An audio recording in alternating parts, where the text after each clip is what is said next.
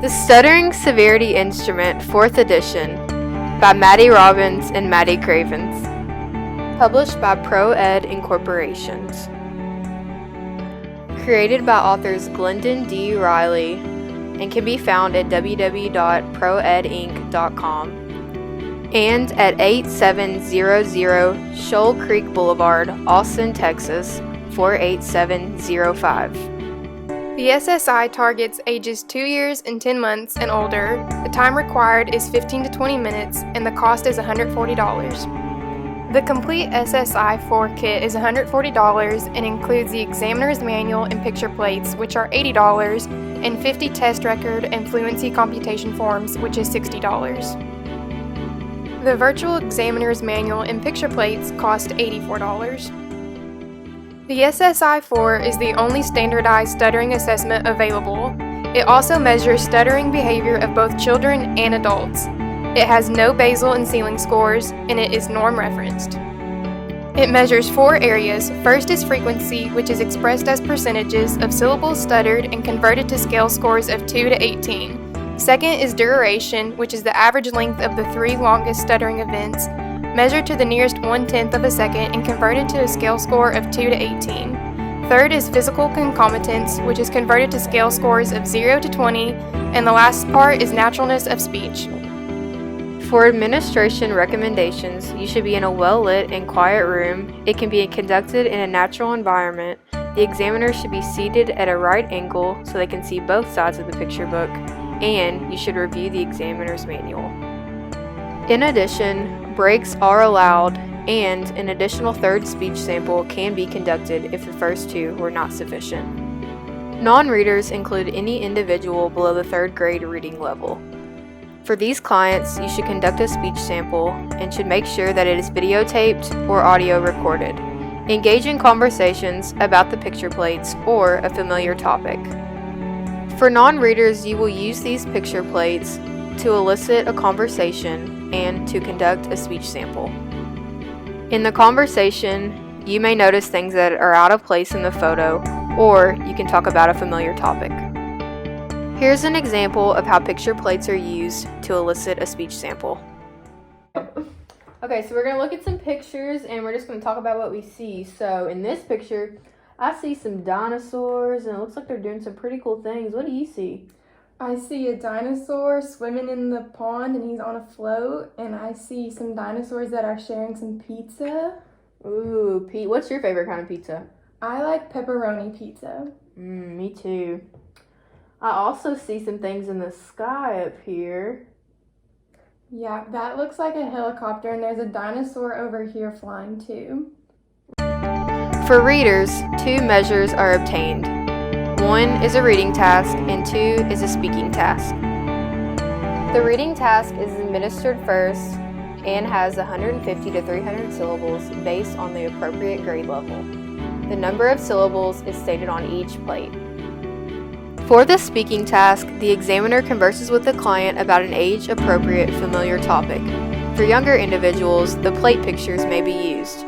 For older individuals, topics such as school, jobs, vacation, and more can be talked about. Here's an example of a speaking task with an older client.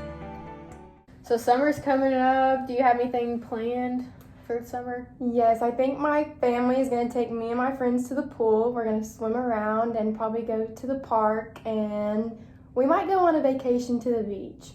Ooh, I love the beach. What do you like to do at the beach?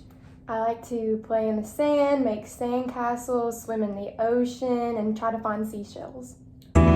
Scoring for readers and non-readers consists of naturalness, which is based on observation, frequency measured by percent of syllables stuttered, duration is measured by averaging the 3 longest stuttering events, physical concomitance is scored based on observations of the speech samples taken via video recording, which can include distracting sounds, facial grimaces, head movements, and movements of the extremities.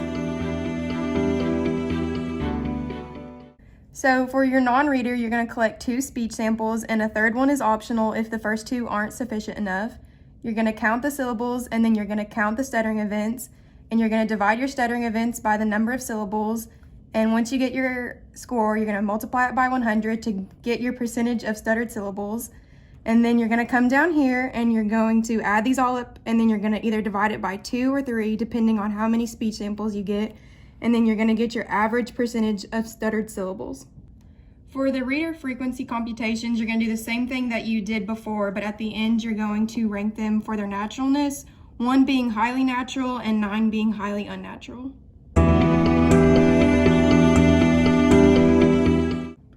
So to get your frequency score for readers, you're going to take the percentage of stuttered syllables on the reading task and the speaking task, and you're going to get your corresponding task score and then add those up. And for non-readers, you're just going to take your speaking task, and once you get your task score, you're going to put it over here. For the duration portion, you're going to get the average length of 3 longest stuttering events timed to the nearest 10th second, and then you're going to find your corresponding scale score and put it over here.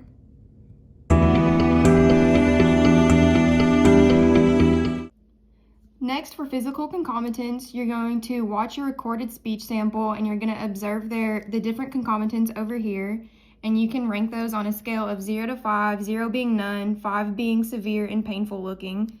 You're going to add them up all over here, and then once you've added them up, you put your total score here.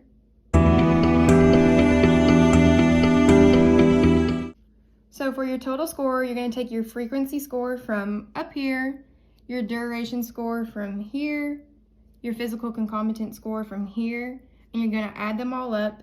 And then when you flip to page 2, you're going to go to the correct table, whether they're preschool-age children, school-age children, or an adult, and then you're going to get the corresponding percentile rank and severity equivalent. These scores express the level of severity as a percentile rank.